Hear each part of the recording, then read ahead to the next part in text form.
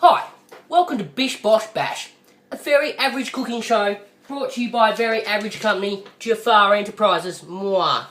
Today, we're doing some beef strog. I've got double packets because we're going to go in the slow cooker. We're going to make masses. It's going to be bloody tasty. Let's check out the ingredients. Okay, so for starters, we've got ourselves some chuck casserole steak, a couple of potatoes, bit of sour cream to thicken that strog after, of course the strog mix, bit of peas and corn, a bit of carrot and a bit of capo, and of course the mushrooms.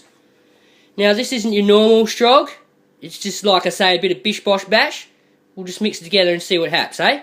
Good one. Okay, so where to start, I want to get my beef browning. So I'm going to dice this up into tiny little cubes.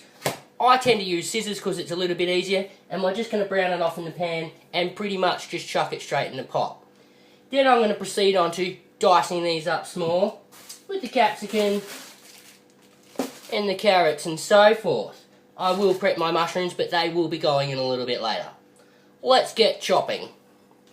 Okay, one thing to note when you do get chuck steak is it can be quite fatty. Now, if you're a little bit worried about that, you can spend the time to trim it off, or maybe just get a leaner cut. But me, I kind of think that little bit of fatty kind of adds to the flavour and kind of really blends in well with the rest of the juices and just helps it just to mould together. So I'm going to continue to dice this, turn my pan on and start browning, hey?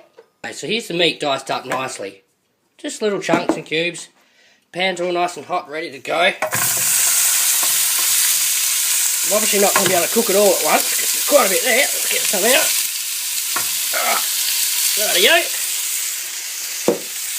There we go, get the cubes cooking. Now, the intention here is just to simply brown it. I don't want to cook it. I just want to brown those edges so I can get it in the pot, just sealing in all those juices and flavours. So we'll let that have a sit there for a minute. Just going to show you my veggies. See, look, there's no specific order. Like I say, bish, bosh, bash. You chop it up, you chuck it in the pot. The way I see it, if you ain't burning it, you're cooking it. So if you're worried about cooking, just give it a go, chop it up, mix it up, put it in the pan, don't burn it, and you're doing the right thing. There you have it. Look, I've decided to dump the capsicum. I'm not going to use it. I don't want to overcomplicate the meal. It is really about the mushies and the meat. The other stuff's just a general filler to bulk it out and just get that veggie nutrient in there as well. So let's boil the capsicum. I'll chop my mushrooms up and that's our veggies ready to go. You can hear the meat cooking nicely. Beauty. Okay, got the second batch in. You can see it's cooking along nicely. Like I say, just sealing in the juices. Now, bish, bosh, bash. I've decided I'm just going to brown my mushrooms slightly just as soon as the meat's finished in the pan for probably about 30 to 45 seconds just to seal that in, and then I can drop them in the pot. Now, I've decided to cut mine fairly thick because I really want to be aware. When I bite into that mushroom and that meat together, I really want it to taste good. So I've kind of left mine a bit thick. See already the cooking plans have changed, but that's what all bish bosh is about. Okay, so now you can see we're at a nice point. I haven't cooked it, there's still a little bit of pink. Pretty much perfect to join the pan. Now I'm going to add some mushrooms, so the mushies, and I'm thinking I might brown them a little bit too, just for that couple of seconds, just to get them in with the meat, and then I can get my liquid in around it and drop my peas and corn in. Going well so far. Now one thing you can't go wrong with is a little bit of butter. You cook mushrooms, you want to drop a little bit of butter in there. It just helps to brown it off.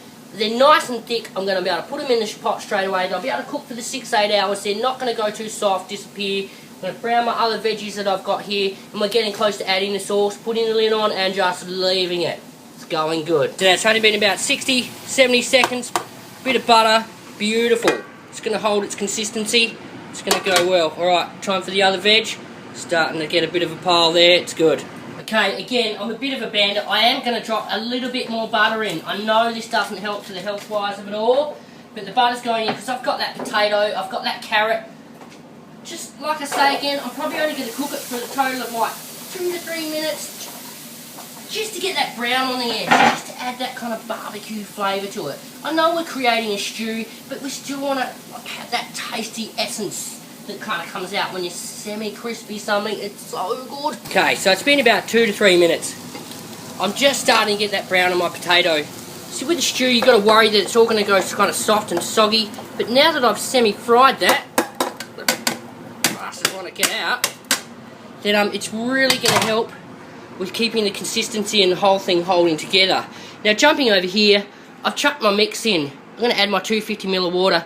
Now the thing with a slow cooker, I sometimes realise, I worry there's not enough liquid in there, so quite often I'll get a stock cube, top that up a little bit, just to make sure I've got enough volume that it can soak all through, and we don't quite end up with a burning product. Not that I've ever had that, but yeah, it can happen. So I'll get the liquid in, we'll give it a stir, I'll give it the final look, and then we're just going to have to leave it for a few hours, folks. Stirred nicely, that's 2 packets popped into there. I still reckon I'm going to need a bit of a beef stock to actually fill this out. So let's get this in here. Pretty much just pour it over the top.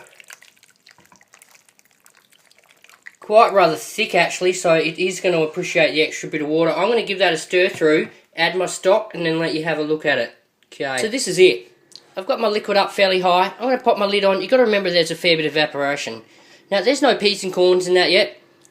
I'm going to wait probably till about the 5-6 hour mark, and I might drop them in for the last hour or two. That all depends on the consistency, how it looks, and whether I think it needs a bit of green and yellow.